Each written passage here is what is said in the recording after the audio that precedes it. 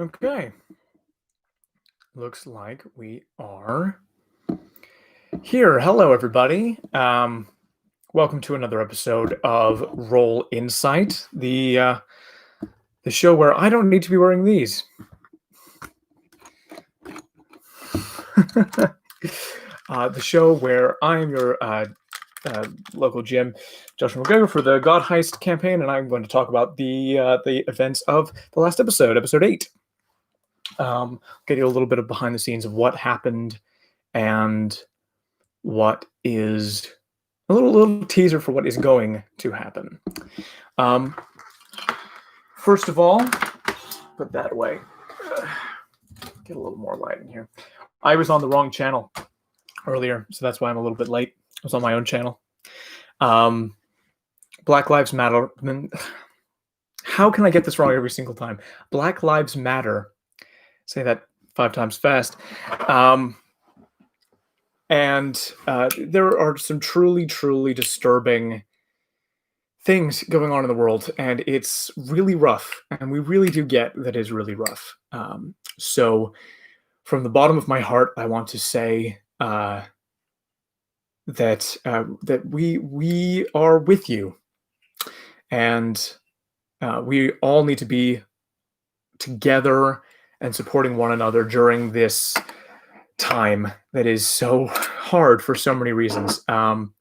So obviously throwing our support in behind Black Lives Matter, and also just keep the word going that COVID is getting worse because things are reopening. There's only one way to stop this thing, and that was to stay closed for a lot longer than we did. And the fact that things are getting worse means that everybody just needs to stay as safe as they can, take every possible precaution to keep themselves and the people that they know and the people that they don't know safe. So all of that, justice for Regis Korchinski-Pacquet, and with that, let's dive right in. So, forgive me, my phone's going off. So last week's episode was very exciting for a few different reasons. A lot happened, some of which was planned, and some of which was not planned. And the mix of those two things is what made that episode so phenomenal. Like I'm so proud of everybody who was there, who was able to make bold choices, trust that everybody, was going to be on board, go to the places that these characters would go to, and really tell an emotionally impactful story. It's not nothing to do that. And this definitely hit home in a way, on a level that hadn't been reached before. Not to say that we haven't had character death before and that wasn't important and bold and fantastic, because it was. The surgeon's death in episode 4 was brilliant, but the death of Thano, we have had more time to get to know this character, get to know why he does what he does. His relationship with Whatsit was more fleshed out, and we got some good moments with that. And it got to happen in the arena of combat, where some really spectacular things can happen. And so, forgive me, spoilers for episode 8 of God Heist, in case you care.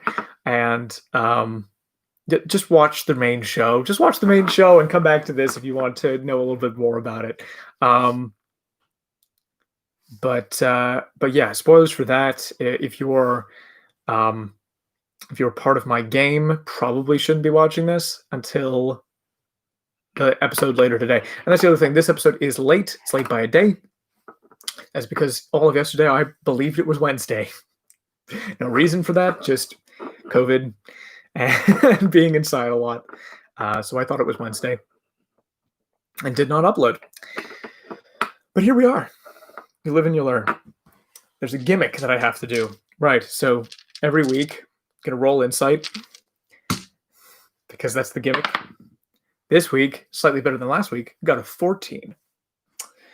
So, be interesting if that continued. Next week is 15. I think looking at the amount of story that we have left to do in the season, and looking at how far we've gotten and the emotional impact of episode 8, I think we're going to call episode 8 the midpoint for the season. And that's that is subject to change week to week. That's not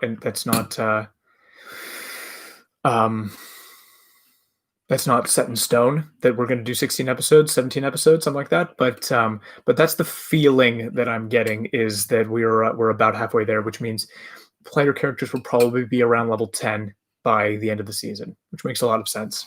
Go to level 3 to level 10. We'll save a lot for next week, next season. But let's properly talk about the character deaths that we got and some of the outside influences that led to this happening. So the outside stuff was obviously Morgan, who plays Thano, came to me and told me that he was going to be stepping away from the show. It's not determined yet if that is a permanent thing or not. Obviously, hope that he will want to come back. But if this is his send-off for this season, I think he will have made an incredible impact and an incredible contribution to this series and everybody's enjoyment of the show, because moments like this are what make you invested and make, in my opinion, make D&D worth playing. Are the moments like this. And that's different from person to person. I don't ever want to sound like I am prescribing what D&D should be for any given person, because some people enjoy the grind enjoy the number crunching rather, and some people just enjoy combat. I know I feel bad a little bit because Ralph loves combat. Ralph's our guest star for the last 3 episodes, and I wasn't able to give as much combat as I thought I was going to be able to give him, just because there was so much else, so much story stuff going on, and the focus of this show is its story, and that's totally due to just me. That's just the way that I run my game, and what I am interested in telling the story of, which is, if combat happens, then I want it to be snappy and brutal and carry high stakes with every combat. And sometimes what you want is for everything to be really hard to kill and just to be able to go for 3 hours and friggin' slog your way through monsters. And that's perfectly valid. And I have played in games where that is the case, and I have a lot of fun. But the story takes backseat in that case. And so there's a moment in this episode, I'll very quickly touch on this, where I let some of the players plan what they were going to do for 17 minutes or so. And for me, I would hate that. I would hate people standing around doing a plan. I would be like, okay, like, let's choose a route. Let's choose Thanaway or What's It Way and just go, right? If we're going to talk, we're going to talk. And if we're going to fight, we're going to fight. But it's been clear to me for a while that these guys have that itch. They like to number crunch and they like to plan. And so I thought I would give a little bit of space for that. I don't know how entertaining it is to watch, so maybe we'll avoid doing that in the future again, but I thought it would be worth trying out. So let's talk about player deaths. First of all, outside of game influences, I'm jumping around a little bit. he said that he was going to take some time away and needed Thano to die, and he knew that that would have the biggest emotional impact rather than his character stepping away from the story, and we agreed on that, and so I wrote the scenario by which he died, and he had no idea what was coming.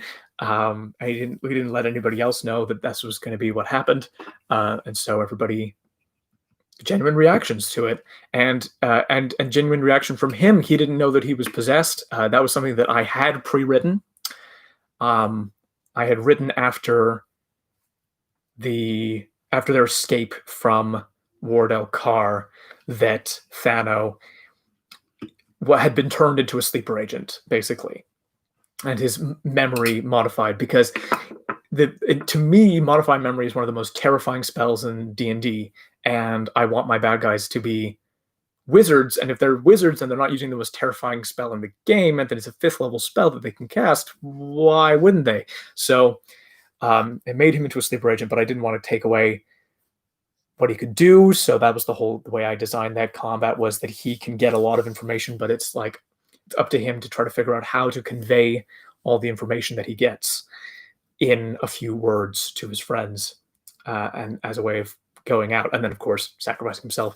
By the way, the moment where he tries to kill himself on what's its spear is completely him. That was a beautiful moment, and it was and when Neil was healing him, and didn't want him to die and didn't understand what he was trying to do, that was all them. That had nothing to do with me, and it was beautiful, and it hurt like hell, and it made the moment when Thano actually did die even harder, and going into the episode later today, dealing with the fallout of Thanos' death is just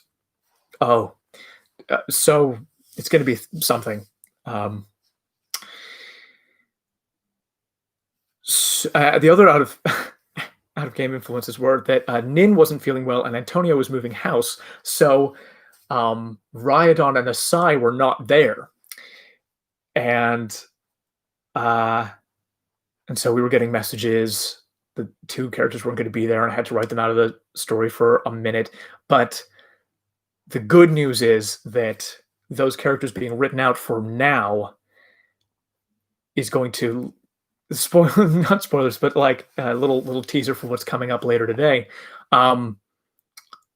is going to lead to some pretty interesting scenes.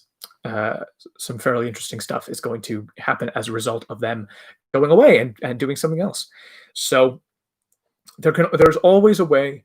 Whenever people throw a wrench in the works, there's always a way of making it work, and making it work in a way that is actually better than anything you could have planned. So I'm so profoundly grateful for all of the stuff that made this episode possible. And I would never have thought I would have drawn out the Sutagel Garazan storyline another episode for sure,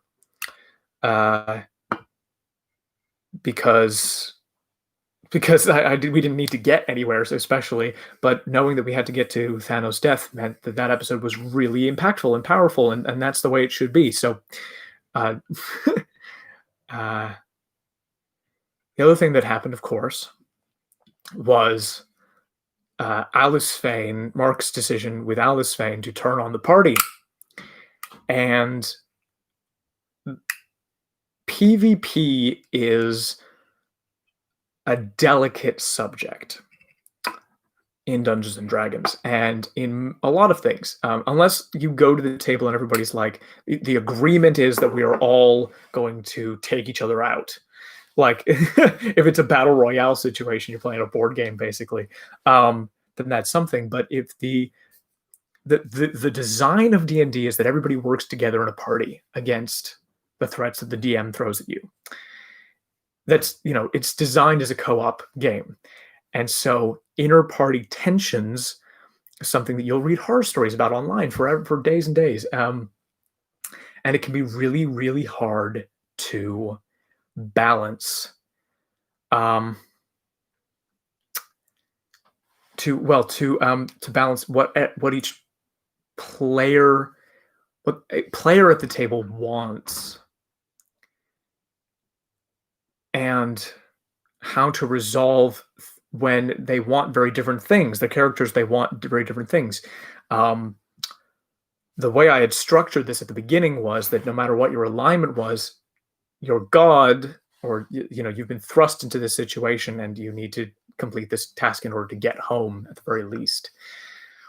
So when Alisfane decides that he is going to abandon Leviatar, that is a big thing. That is a big deal. And him deciding to turn and fully turn was, I think, what made this work so well. It wasn't, I'm going to turn and still want to be part of the party. It's like, no, I want to turn and probably going to die. And if I die, I will have done the right thing for my character. And that is a brave thing to do. And I think everybody recognized that that's what he was doing. And people were annoyed. Sure, we talked about it afterwards. We had to make sure that everyone was okay, and that Mark was okay with his character being dead, and for the other player characters having acted hating his guts for betraying them, which makes a lot of sense. So there's a lot of checking in that has to happen when PvP is on the line, and I think this extends to not just actual combat with player versus player, but anytime there are in-character interactions between even the DM and a player, but players and players, where their characters are not getting along with each other for whatever reason, or expressing grief or expressing anger. It's very important just to have those check-ins where you talk to each other and you just say, look, this is just in character. It's nothing to do with you. I love the choices that you're making, and I really want us to be okay. And 9 times out of 10, nobody will have taken offense, but that conversation does need to happen for that 1 out of 10 times where people really do get upset. Yeah, you just need rock solid trust between everybody, basically. Yeah, and if this wasn't a live stream game, I think Mark or anybody who was doing this could probably have just gone, look, I'm going to make a choice now, and I want to make sure that everybody's okay while I make this choice, and blah blah blah. But we're trying to be as in character as we can for these, and so we checked in after the fact. Brilliant stuff, and the fact that Alisfane is still out there somewhere is terrifying. Because I knew that the orb was going, the curse on the orb was going to be broken by the end of the episode. So I knew that if he tied himself to the orb, he was going to fully be gone, which would have been fine. We would have dealt with that if he'd chosen that, but I wanted to give him the option to hold back, and that's what he chose. So that character is out there. He won't be playing as that character for the rest of the season, probably, unless something crazy happens and he comes back as that guy in like the finale or the penultimate episode or something like that. But yeah, really powerful choice, and one that raised the stakes and made Thanos' sacrifice even more potent, I think.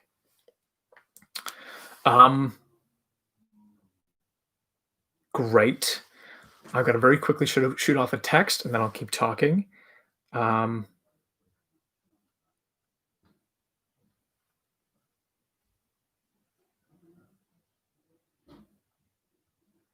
Cool.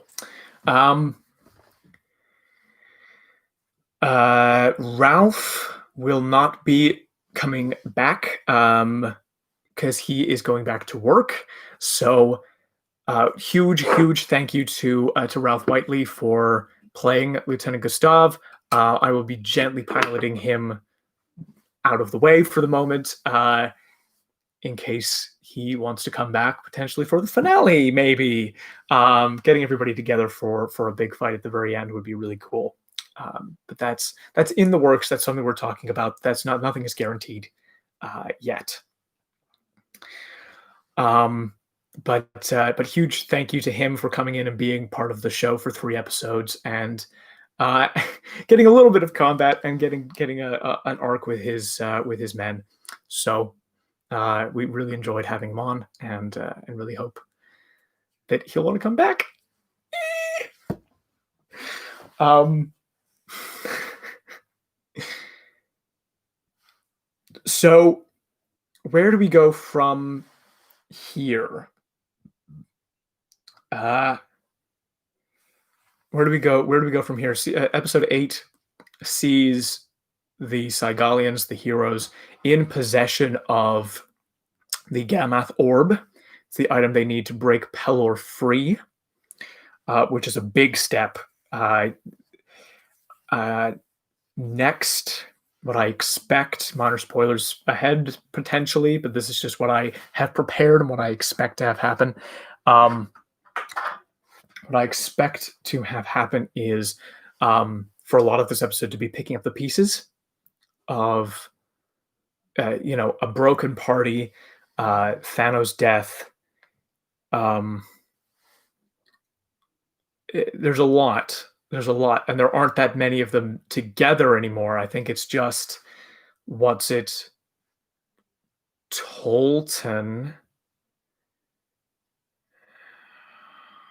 I'm going to forget somebody now because it's Tolton, Thanos dead, Asai and Rhydon are missing.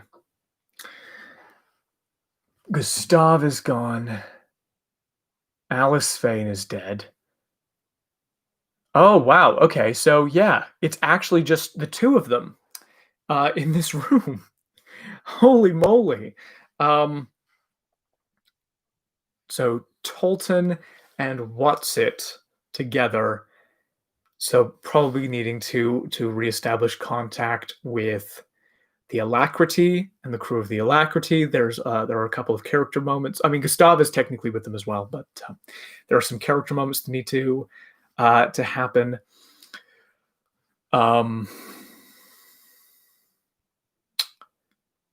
And then rejoining the characters who were gone. So I've got a scene to do with Rhydon and a scene to do with Asai, and then rejoining those characters and introducing Mark's new character as well. And so there's a kind of idea of rebanding the party, of preparing for the next phase of this story. This is the next push, which is, they've been on the back foot. They got on the front foot to get this orb and suffered extreme loss. Now it's a matter of getting enough allies together to make the push and fight back against Hedawa and against her coup over her takeover of the Orthodoxy. They also have some hints to follow up on. The hint that the orcs are still out there.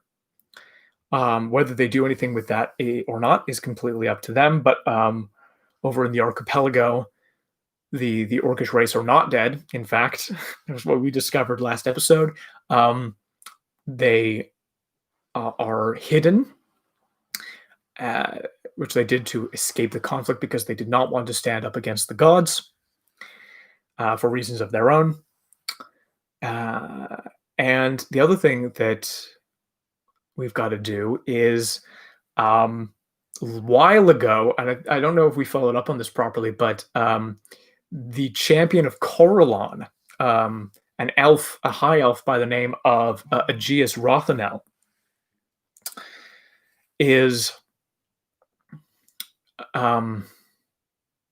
still out there, and so they have the potential to meet up with him as another prospective ally, and it seems like now is the best moment to introduce the character that Lawrence Gray submitted to be part of the show, because the character that he submitted is fantastic. It's great.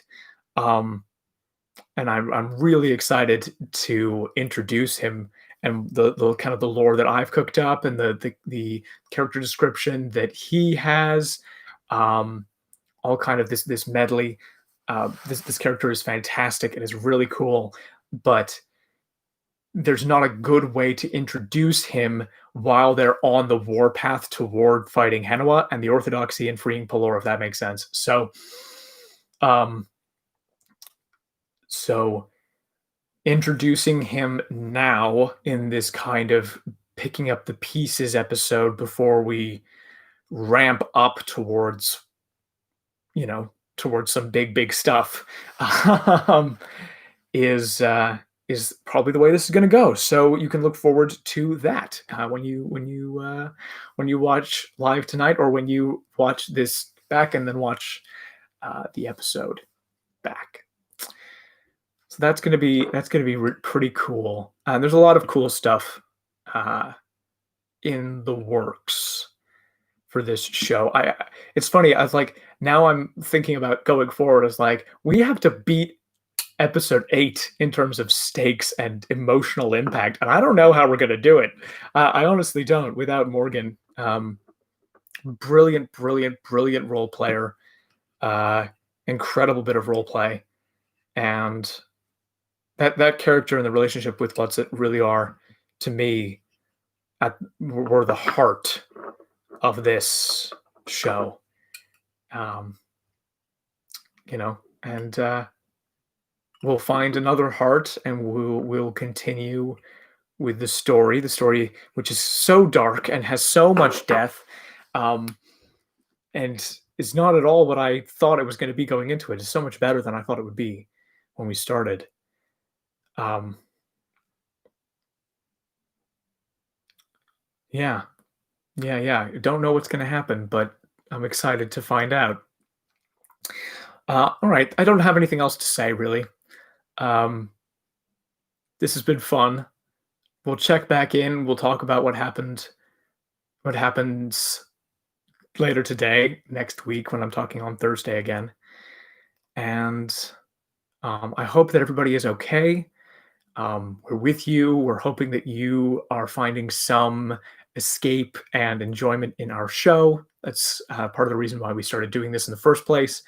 And big announcement is that tomorrow, Hidden Realms is going live on Saturday. So Saturday, Hidden Realms is going live on Twitch with a Curse of Strahd game that is being helmed by Mark. And so I will be there as a player.